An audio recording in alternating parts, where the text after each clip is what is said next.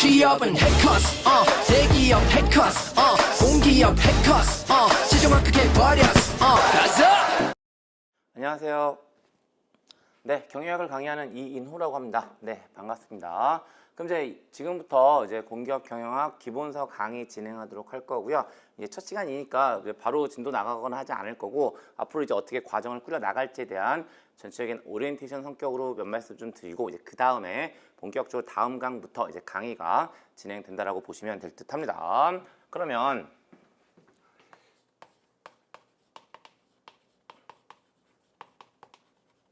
오리엔테이션부터 말씀을 좀 드리게 될 텐데, 뭐 아주 간단하게 오리엔테이션을 진행하진 않을 거예요. 왜냐면 이제 앞으로 이제 어떻게 경영학을 공부하셔야 되는지도 이야기를 좀 해야 되고, 그 다음에 이제 경영학에 대한 기본적인 것들도 간단하게 좀 이야기를 해야 되기 때문에 조금 시간 좀 잡아서 이야기를 드릴 거니까 좀 잘 경청해 주실 것을 바라고요. 그럼 이제 제일 첫 번째 뭐에 대해서부터 말씀을 좀 드릴 거냐면, 이제 여러분들 저와 함께 경영학을 같이 하실 거잖아요. 그럼 이제 아무래도 이제 공부하시다 보면 여러 가지 궁금증이나 질문 사항들 생길 수 있습니다. 그래서 그런 것들을 이제 해결할 수 있는 목적으로 Q&A와 관련된 채널 좀 말씀을 드릴 거예요. 그래서 이제 어떤 채널을 가지고 여러분들하고 저하고 이제 의사소통을 하면 되냐면, 일단 기본적으로 지금 여러분들 이 강의 듣고 계시면 밑에 질문하기 있으실 거잖아요. 그래서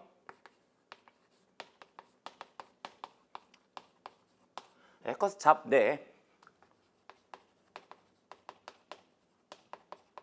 질문하기 메뉴 있을 거고, 이 질문하기 메뉴 통해서 질문 주시면 제가 바로 답변을 좀, 그러니까 거의 실시간 아닐 거고요. 어쨌든 24시간 이내에 최대한 답변을 드리도록 할 거니까 이 게시판 통해서 질문해 주시는 방법 있을 것 같고요. 그 다음에 두 번째, 제 이메일 알려드릴게요. 제 이메일 알려드릴 테니까 뭐 이메일을 주셔도 거기에 맞춰서 제가 답변하도록 하겠습니다. 그래서 제 이메일이 FUZZYWORLD, 조금 어렵긴 합니다.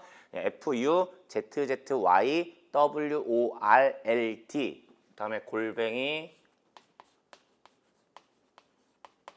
연세.ac.kr로 이메일 주시면 제가 수신할 거고요. 역시나 뭐 특별한 사유 없으면 24시간 이내에 무조건 답변 갈 거예요. 그래서 이메일을 이용해 주시는 방법 있고, 그 다음에 마지막 하나 더 말씀을 드리면, 제가 개인적으로 이제 카페 하나를 운영하고 있는 것이 있어서 그거 말씀드릴 텐데, 네이버에 카페 하나 있고요. 그 네이버 카페 들어가셔서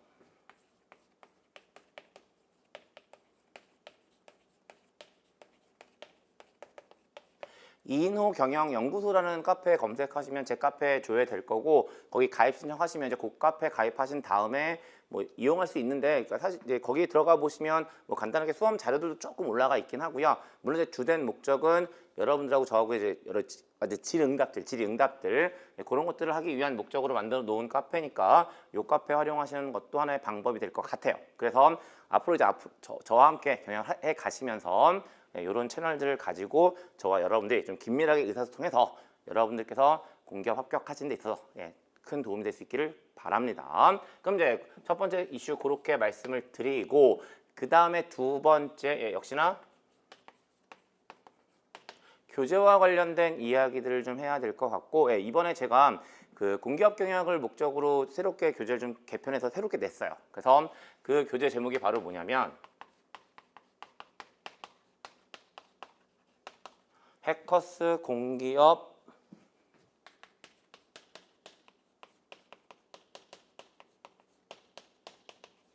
쉽게 끝내는 경영학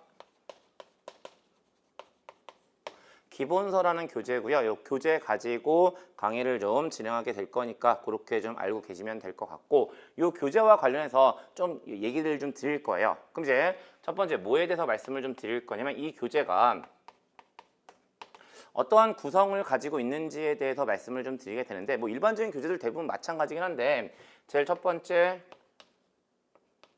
목차가 들어가 있어요. 그리고 그 다음에 이제 본문이 들어가 있고요. 그 다음에 본문 각 챕터별로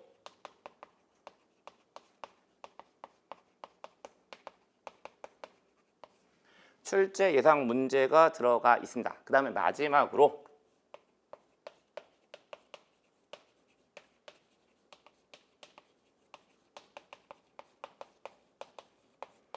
기출 동형 모의고사가 5회 수록되어 있는 구성을 가지고 있다라고 보시면 되거든요. 근데 이제 사실 이거 제가 왜 말씀드리고 있냐면 이 목차요. 이 목차와 관련된 부분들을 좀 말씀을 드려야 되세요. 그러니까 무슨 얘기냐면 사실 이제 교재를 이제 쓸 때 제일 중요한 건 사실 목차죠. 왜냐면 그 목차가 그 과목을 접근한 여러 가지 순서 같은 것들을 이야기해 주기 때문에 목차가 얼마나 논리적이냐가 이제 그 책이 논리적인 책이냐 아니면 백과사전이냐 라는 것들을 결정해 주게 되고요. 역시나 이제 그런 이유 때문에 이 목차를 좀 다시 한번 잡아 드리면서 여러분들께서 경영학을 공부하시는 접근 순서, 그 접근 순서와 관련된 내용들을 좀 말씀드려야 될 것 같아요. 왜 그러냐면 일반적으로 이렇게 경험적으로 보면 이제 많은 분들이 이제 경영학에 대해서 가지고 있는 여러 가지 생각들이 있으세요. 예. 일단 뭐가 목차인지 모르겠어요. 예. 그다음에 범위도 너무 넓은 것 같고요. 그다음에 어디부터 손을 대야 될지도 모르겠어요 라는 생각들을 많이 하시거든요. 예. 근데 그런 생각을 하시는 가장 중요한 이유는 경영학의 생김새를 모르셔서 그래요. 예. 경영학의 생김새를 모르셔서 그렇고 경영학을 접근한 순서를 모르셔서 그렇습니다.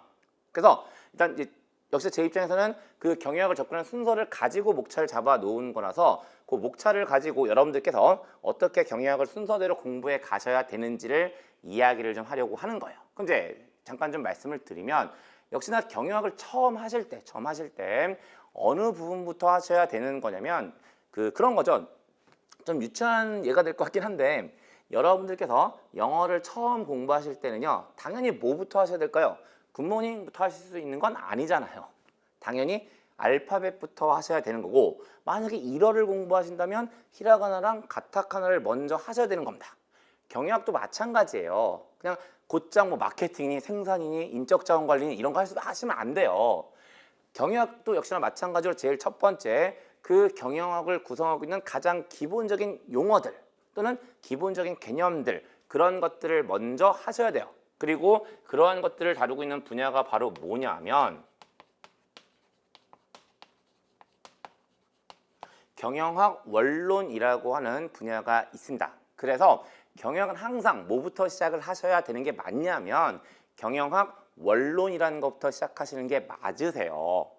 그 다음에 이제 경영학 원론이 끝나고 나면 그 다음에 뭘 하시는 거냐면 이 경영학이라는 학문을 연구하기 위한 방법론이 있어요. 방법론이 있고 그 방법론이 크게 두 가지 정도라고 보시면 되거든요. 그리고 그 두 가지가 바로 뭐냐면 첫 번째, 숫자를 사용하지 않는 방법론이 있어요. 그리고 그러한 분야를 우리는 뭐라고 이름을 붙여주냐면 조직 행동론이라고 이름을 붙여주죠. 그렇다면 반대 어떤 의미를 가지고 있는 방법론도 있을까요?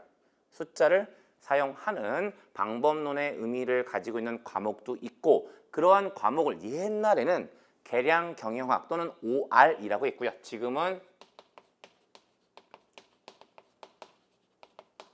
경영과학이라고 이야기하죠. 그래서 경영학 원론이 끝나고 나면 조직행동론과 경영과학이라고 이야기하는 두 가지를 가지고 방법론을 익히시는 거예요. 그리고 나서 이제 그 다음에 뭘 하시는 거냐면 소위 이야기하는 경영학의 분과학이라는 것을 하게 되는데 그게 모두 네 가지예요. 네 가지고 그 네 가지가 바로 뭐냐면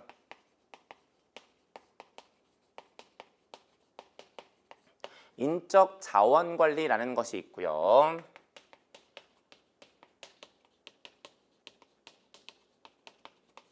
생산 운영 관리라는 것이 있고 마케팅과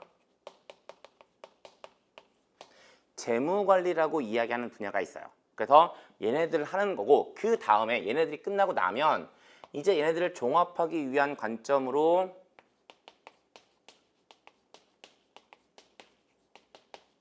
경영 전략이라는 것을 하게 되죠. 그 다음에 이 전체에 기본으로 이제 밑바닥으로 깔리는 것들이 좀 있습니다. 깔리는 게 있고 그게 어떤 것들이냐면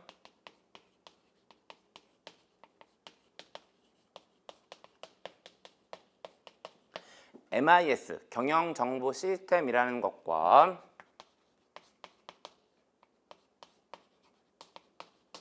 회계학이라고 하는 두 개가 이제 밑바닥에 깔린다라고 보시면 되세요. 그리고 이제 이게 기본적으로 경영학을 접근하는 순서가 되긴 하거든요. 그런데 사실 이 순서 제가 개발한 순서 절대로 아닙니다. 어떤 순서라고 보시면 되냐면 일반적으로 대학에서 경영학과를 운영하고 있을 거고요. 그 경영학과를 운영할 때 기본적인 커리큘럼 순서라고 보시면 되세요. 역시나 대학에서 커리큘럼을 짠다면 그냥 아무렇게나 짜지 않았겠죠. 초급부터 중급, 고급으로 가면서 스텝 바이 스텝으로 짰을 거고 당연히 그렇게 접근하게끔 했을 거예요. 그리고 그 순서가 되는 거거든요. 근데 한 가지 문제가 있습니다.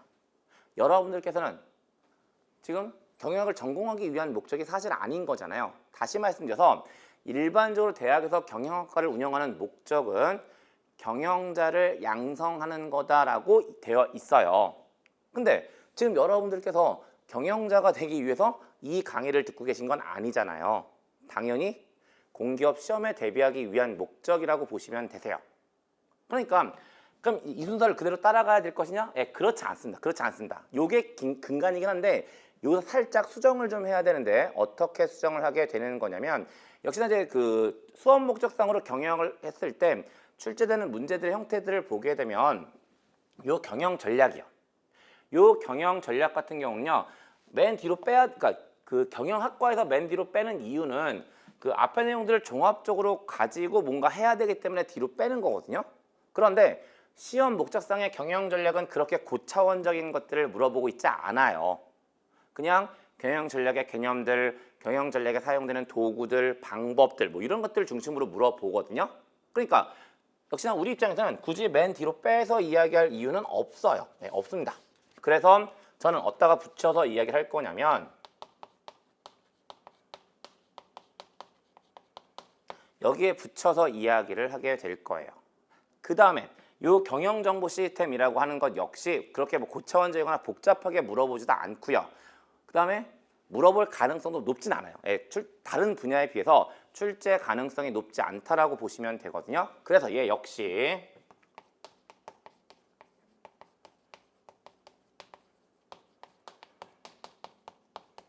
이쪽에 붙여서 정리하셔도 무방하다라고 말씀을 드려요. 그러면 이제 얘도 지워도 상관없는 거죠. 그럼 이제 요게 우리가 수업 목적상으로 진행해야 되는 경영학의 접근 순서라고 보시면 되고요. 역시 이제 교재 목차 역시 요 순서대로 정리가 되어 있다라고 보시면 되는데 제일 첫 번째 얘네들 묶어서 파트 1이라고 해서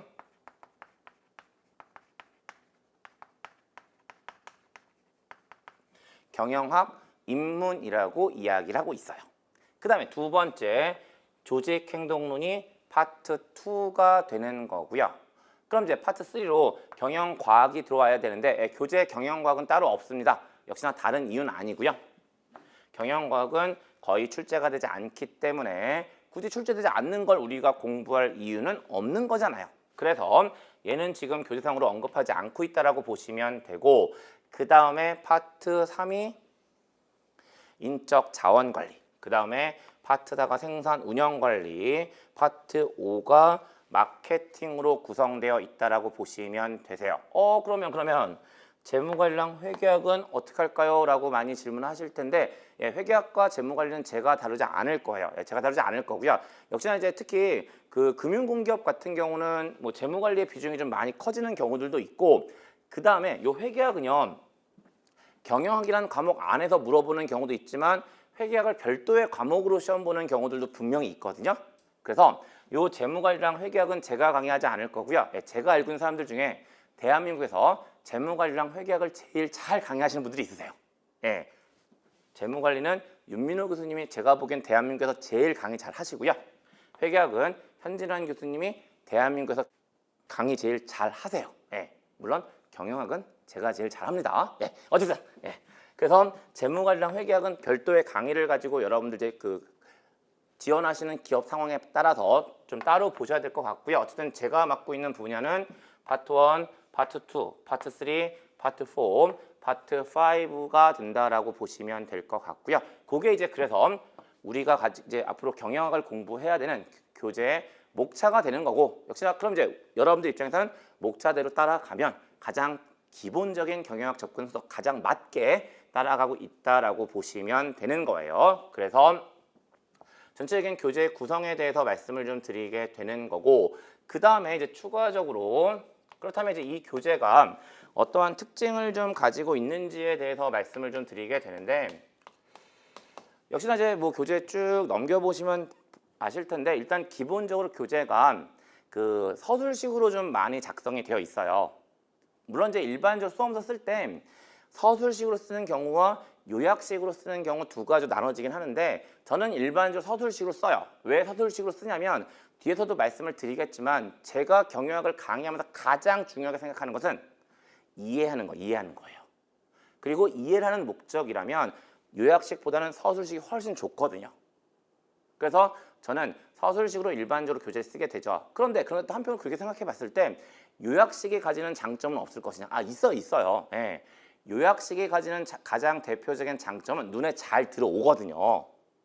그렇다면 서술식으로 쓰는 걸 선호하는 제 입장에서 요약식이 가지고 있는 장점을 버리고, 그러니까 가지고 오고 싶었겠죠. 가지고 오고 싶었을 거예요. 그래서 그 교재 보시게 되면 어떻게 되어 있냐면 그 본문 내용들 중에 그 살짝 그 활자도 좀 다르고 색깔도 좀 다르게 들어가 있는 내용들이 있죠. 네, 그런 내용들이 바로 가장 중요한 내용들. 다시 이야기해서 서술식 안에서 조금 더 중요한 내용들은 색깔을 좀 달리해서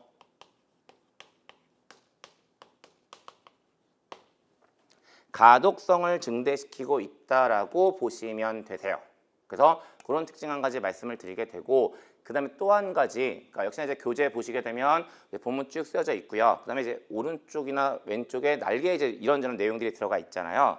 근데 이제 그건 역시 어떤 의미를 가지고 있냐면 역시나 제가 교재를 쓸 때 가장 중요하게 생각하는 거 뭐 이미 아까 목차를 통해서도 보셨겠지만 논리적 흐름이 제일 중요하다고 저는 생각하거든요.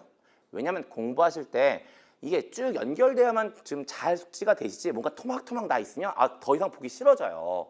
그래서 쭉 흐름적 연결을 하다 보면 역시나 그런 흐름 가지고 쓰다 보면 역시나 그 안에 넣지 못하는 거죠. 넣어버리면 좀 백과사전식으로 돼버리는 그런 내용들이 있어요. 근데 또 한편으로 그런 내용들도 시험 목적성으로 정리하셔야 되는 것들이 있거든요. 있어요. 그래서 그 어떤 얘기를 드리려고 하냐면 이제 본문 내용은 당연히 보시는 거고요. 그 다음에 그 양쪽 날개 쪽에 보시게 되면 각주가 들어가 있고요. 그 다음에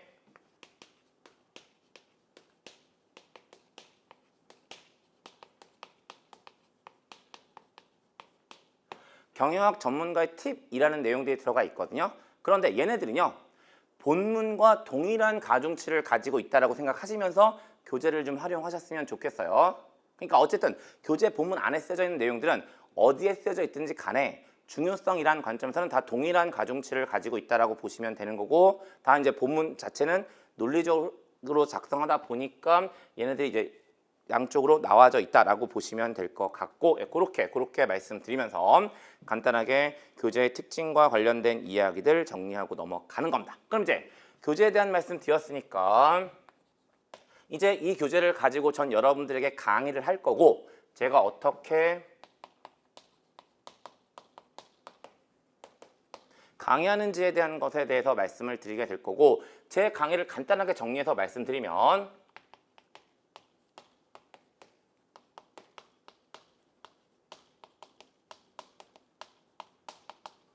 이해 중심의 강의를 한다라고 보시면 되는 거고요. 그 다음에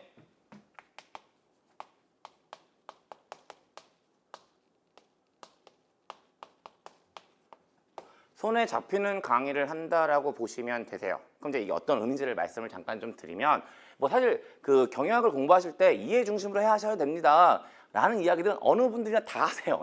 강의하시는 분들도요. 경영학은 무조건 이해 중심으로 공부하셔야 돼요 라는 얘기 다 하거든요.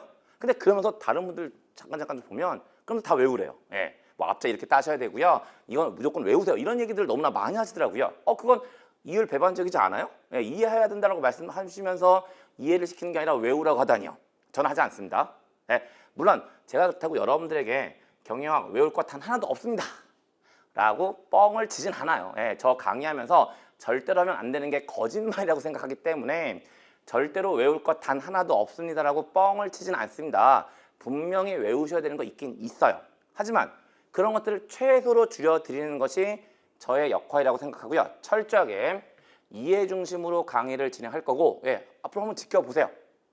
정말 그렇게 할 겁니다. 그래서 철저한 이해 중심의 강의를 할 거다라고 보시면 되고요.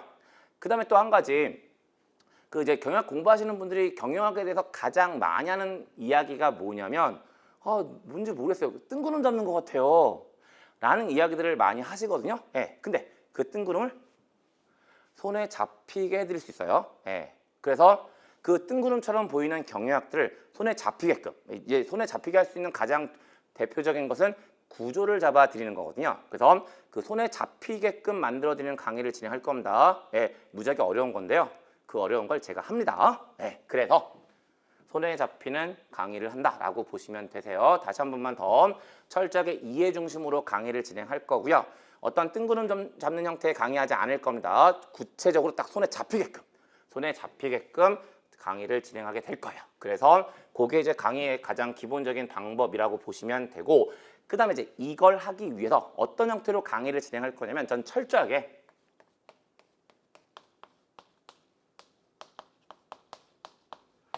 탑다운 방식으로 강의를 진행하는 사람이라고 보시면 되세요. 물론 탑다운 뭐 좀 용어가 있어 보이긴 한데 복잡한 얘기는 아니고요. 역시나 여기서 이야기하는 탑이라는 것은 큰 그림을 먼저 보여드리는 거예요. 예, 큰 그림을 먼저 보여드리고 그 다음에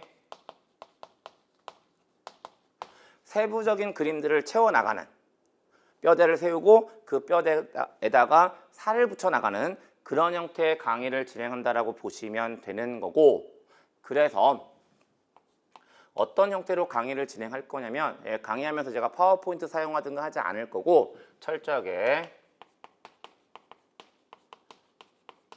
판서 중심으로 강의를 진행할 거예요.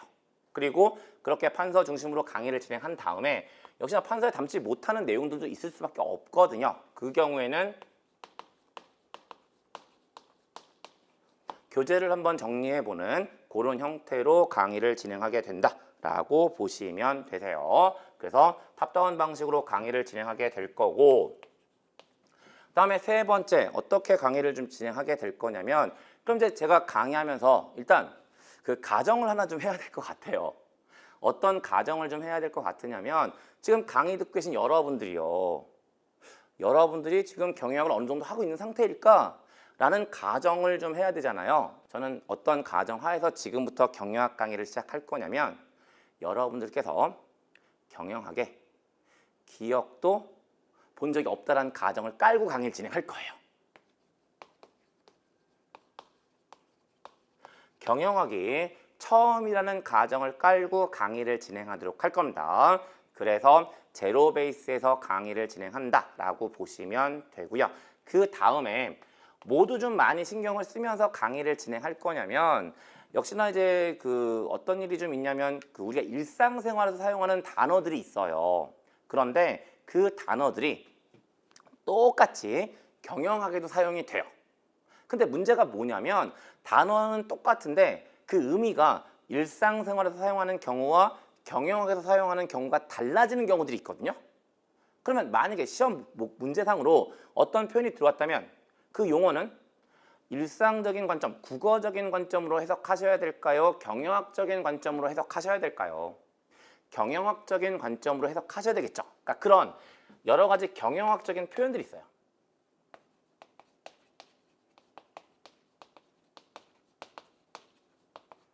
경영학적인 표현들이 있고요. 이 경영학적인 표현들에 대한 개념을 잡아드리기 위한 목적으로도 강의를 좀 진행하게 될 거예요. 그럼 이제 예를 들어서 몇 가지만 좀 말씀을 드리면, 그 경영학 하시다 보면 고전적이라는 표현과 현대적이라는 표현들을 종종 보실 거거든요. 그런데 우리가 국어적으로 끌고 가면 고전적은 옛날 거, 현대적은 요즘 거라고 이야기가 되는 거잖아요. 그런데 이 고전적과 현대적이 경영학에서 사용되면 옛날 거, 요즘 거라는 의미는 사실 거의 없어요. 일반적으로 어떨 때 고전적이라는 표현을 쓰냐면, 역시 이제 나중에 본격적으로 강의할 때 말씀을 드리겠지만, 경영학은 인간에 대한 가정이 X 관점과 Y 관점이라고 이야기하는 두 가지로 나누어진다라고 보시면 되는데, X 관점을 가지고 있을 때 경영학은 고전적이라는 표현을 종종 쓰죠. 그 다음에 현대적이라는 용어는 Y 관점이라는 의미를 가지고 있다라고 보시면 되세요. 결국 문제를 풀다가 문제에서 고전적 블라블라블라블라 하는 용어가 등장하면 아 옛날 거 뭐 하는 거구나 라는 게 아니라 아 X관점과 관련된 뭔가를 찾아야 되는 거구나 라는 것을 파악하셔야 됨을 말씀드리게 되는 거예요. 그래서 고전적과 뭐 현대적 이런 것들이 이제 경영학적 표현에서 정리를 하셔야 되는 내용들이 되는 거고 하나만 더 예시적으로 말씀을 드리면 수평적과 수직적이라는 표현이 있는 거죠. 그러면 우리가 국어적으로 이야기하면 수평은 얘가 수평인 거고 수직은 얘가 수직인 거잖아요. 그런데 역시나 이 수평과 수직이라는 표현이 경영학으로 들어오면 수평, 수직의 의미는 거의 없어요.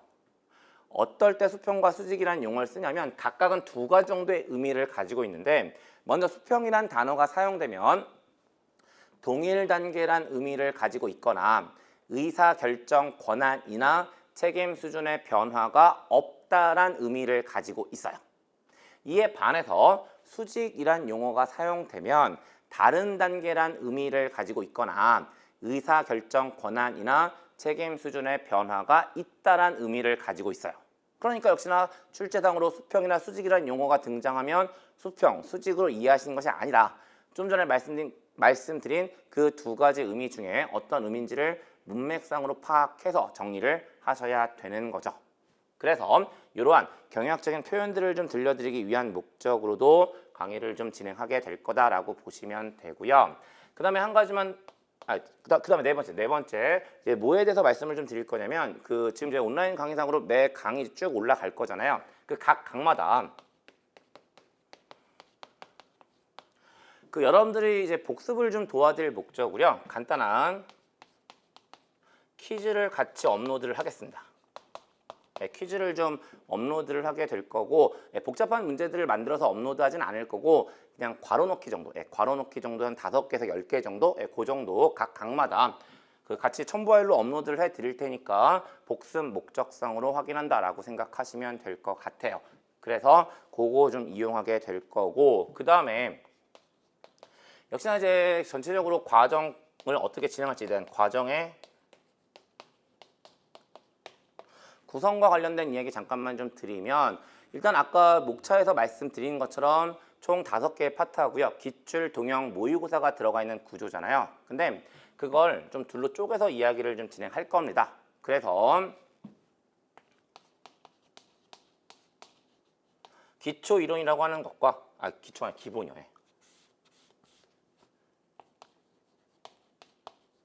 기본 이론과 심화 이론으로 나누어서 좀 진행을 할 거고요. 그래서 기본 이론에서는 어떻게 진행을 할 거냐면 파트 1에서부터 파트 3까지를 진행을 좀 하겠습니다. 그 다음에 심화 이론에서는 파트 4에서부터 파트 5까지에다가 기출, 동형, 모의고사까지 진행하는 형태로 기본 이론과 심화 이론으로 나누어서 진행을 좀 하게 될 거고요. 이렇게 말씀을 드리면 일단 오리엔테이션 자리에서 제가 어떻게 강의할지에 대한 내용을 말씀드리기 위한 목적의 이야기들은 전부 다 되었고요. 그 다음에 이제 지금까지 제가 어떻게 하는지를 말씀을 드렸으니까 이제 여러분들께서 어떻게 하셔야 되는지에 대해서도 이야기를 좀 하도록 하겠습니다. 그래서 이제 여러분들이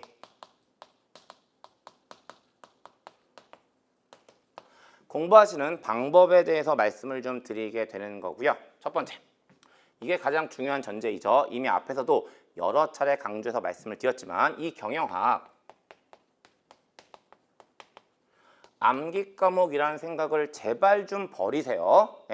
이 경영학 암기 과목이라고 생각해 버리시면 외워야 될 것 너무 많아요. 여러분들의 범위를 벗어나니까 경영학 암기 과목이라는 생각을 제발 좀 버리셨으면 좋겠습니다. 그리고 암기 과목이라고 생각을 버리셔야 되기 때문에 모두 사실 저는 많이 추천드리지 않냐면 앞 글자 따는 것도 별로 추천하지 않아요.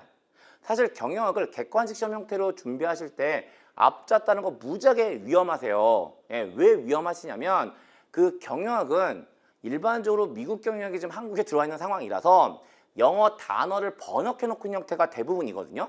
예, 그러다 보면 당연히 그 출제자마다 그 번역이 달라질 수 있잖아요. 근데 그런 거 없이 무조건 암기 형태로 앞자를 그냥 따버리시면 그 앞자가 등장하지 않는 경우들이 생길 거라니까요.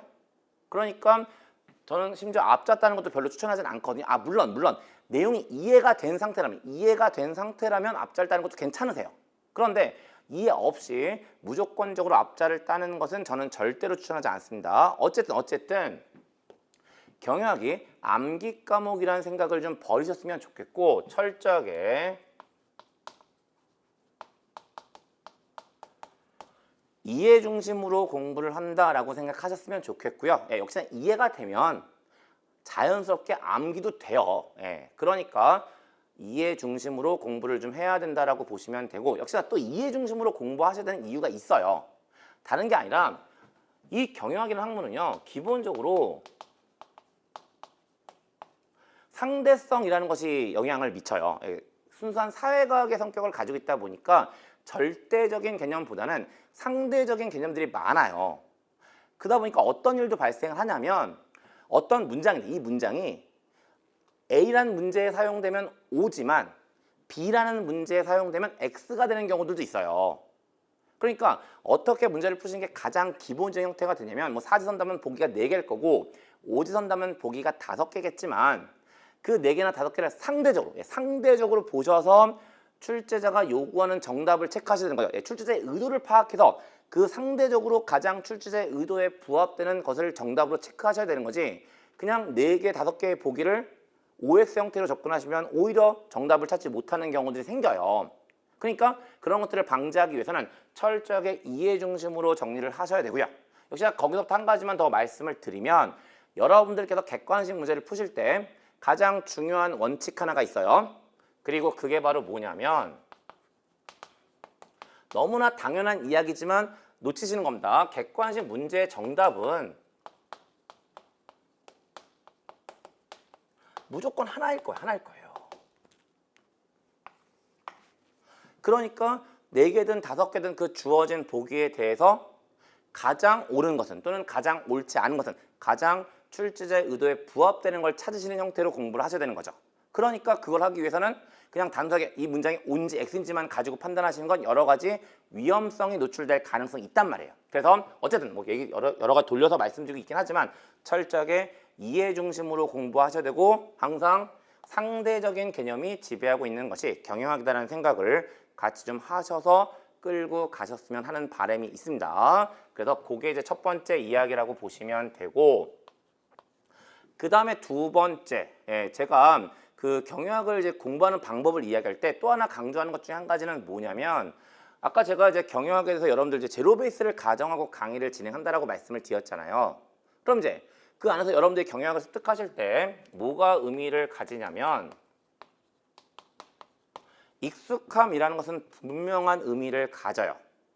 이게 왜 의미를 가지냐면요, 사람은 인지적으로 익숙한 건 잘 받아들입니다. 그런데 익숙하지 않은 건 천천히라도 받아들이면 괜찮은데요, 기본적인 태세는 튕겨내버리는 거예요. 그러면 당연히 공부할 때 뭔가 익숙함을 만들어 놓으시면 그만큼 더 잘 빨리 빨아들일 수 있는 거고, 그만큼 공부하는 데 걸리는 시간도 짧아지는 거잖아요. 그래서 일단 경영학을 처음 하실 때는 익숙함을 만들 것을 많이 강조를 드려요. 그리고 그 익숙함을 만드는 방법, 어떤 방법을 말씀드리냐면, 조금 귀찮을 거라는 생각이 들기도 하긴 하는데, 어쨌든 각 강을 수강하시기 전에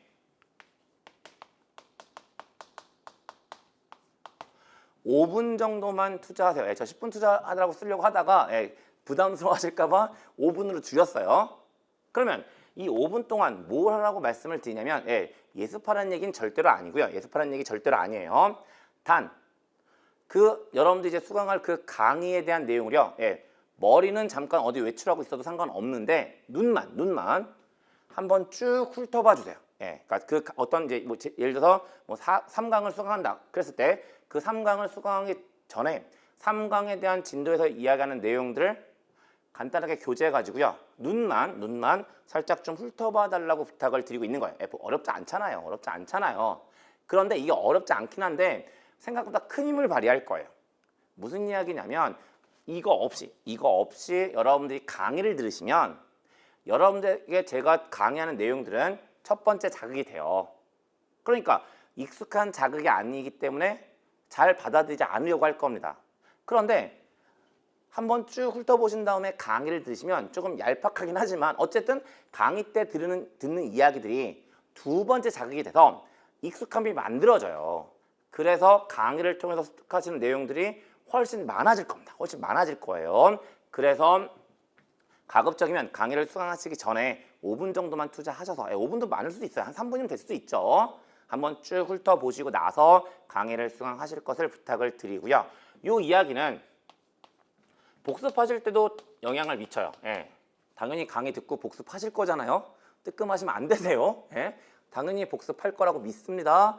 그럼 이제 복습할 때 어떻게 복습을 하는 것이 가장 바람직하냐면요.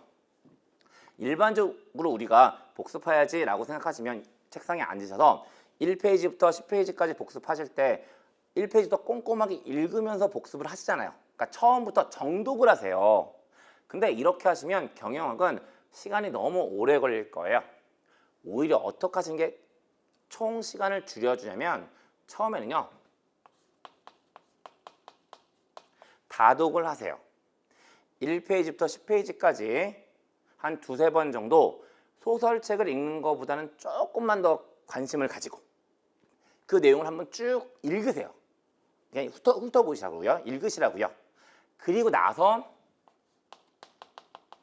정독을 하시면 이것 때문에 시간이 더 걸릴 것처럼 예상하시지만 이쪽에 들어가는 시간이 훨씬 짧아져요. 훨씬 짧아지기 때문에 복습하실 때는 곧장 정독을 하시는 것이 아니라 일단 한번 다독을 통해서 한 두세 번 먼저 읽어보시고 그 다음에 정독을 하시는 형태, 그렇게 복습하실 것을 추천을 드립니다. 그래서 그렇게 보시면 되고요. 그 다음에 세 번째, 이것도 제가 많이 강조하는 내용이긴 한데 가급적이면 시험 목적상으로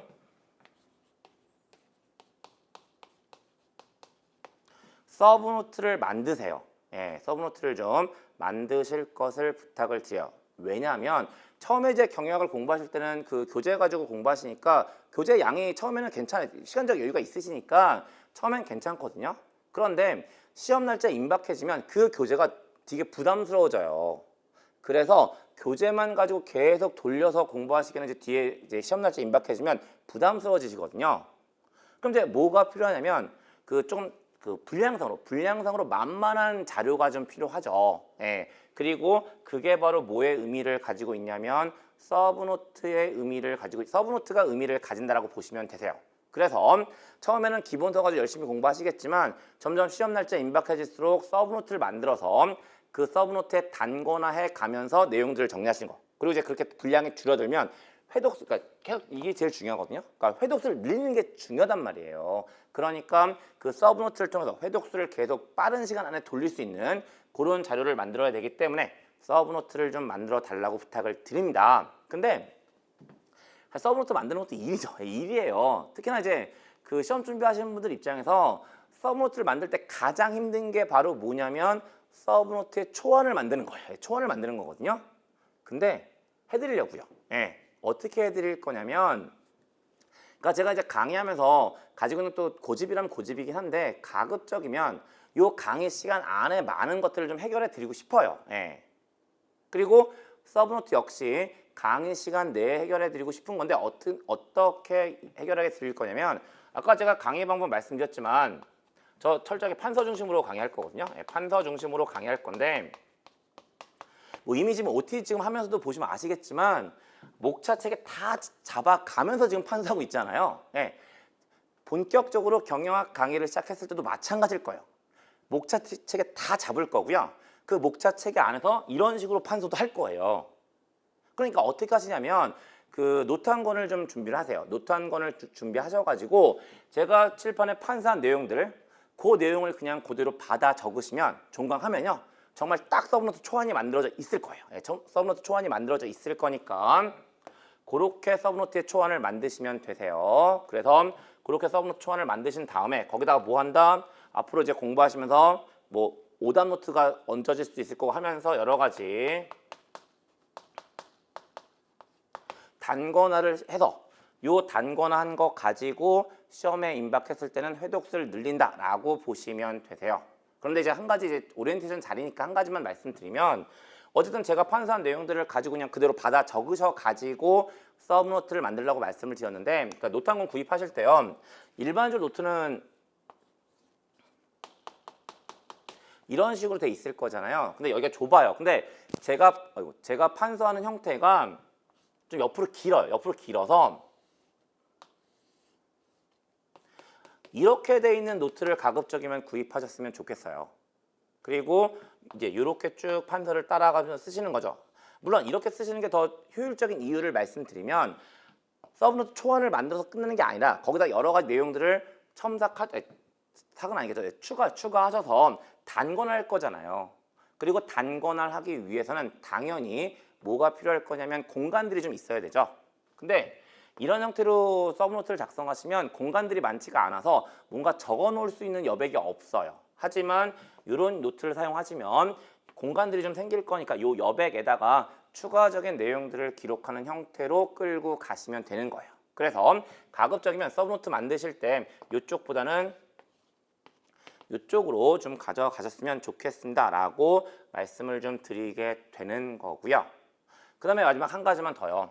그 다음에 이제 마지막으로 어떤 거 한 가지를 더 말씀드릴 거냐면 이제 앞으로 여러분들 경영학을 공부하시다 보면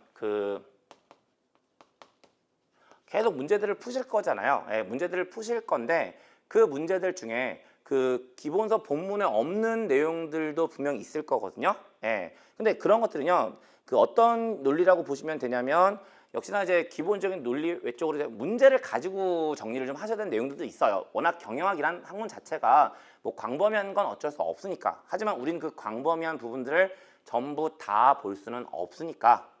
그러니까 다시 얘기해서 기본서에 없는 기본서 본문에 없는 문제들은요. 예, 해설을 통해서 그냥 추가적으로 정리한다라고 보시면 되고 역시나 혹시 제가 이제 교재 집필 하면서 이런 경우에 있는 문제들은요. 그런 이유들 때문에 해설을 좀 자세하게 달아놓고 있다라고 보시면 되거든요. 그래서 그런 경우는 그렇게 좀 정리를 하시면 됩니다. 라고 말씀을 드리게 되는 거고 여기까지 말씀드리면 제가 오리엔테이션을 위해서 준비한 내용들은 전부 다 말씀드렸고요. 일단 여기까지 말씀드리면서 오리엔테이션 마무리 짓고 이제 다음 시간에 본격적으로 경영학 같이 진행하도록 하겠습니다. 네, 다음 시간에 뵙겠습니다. 수고하셨습니다.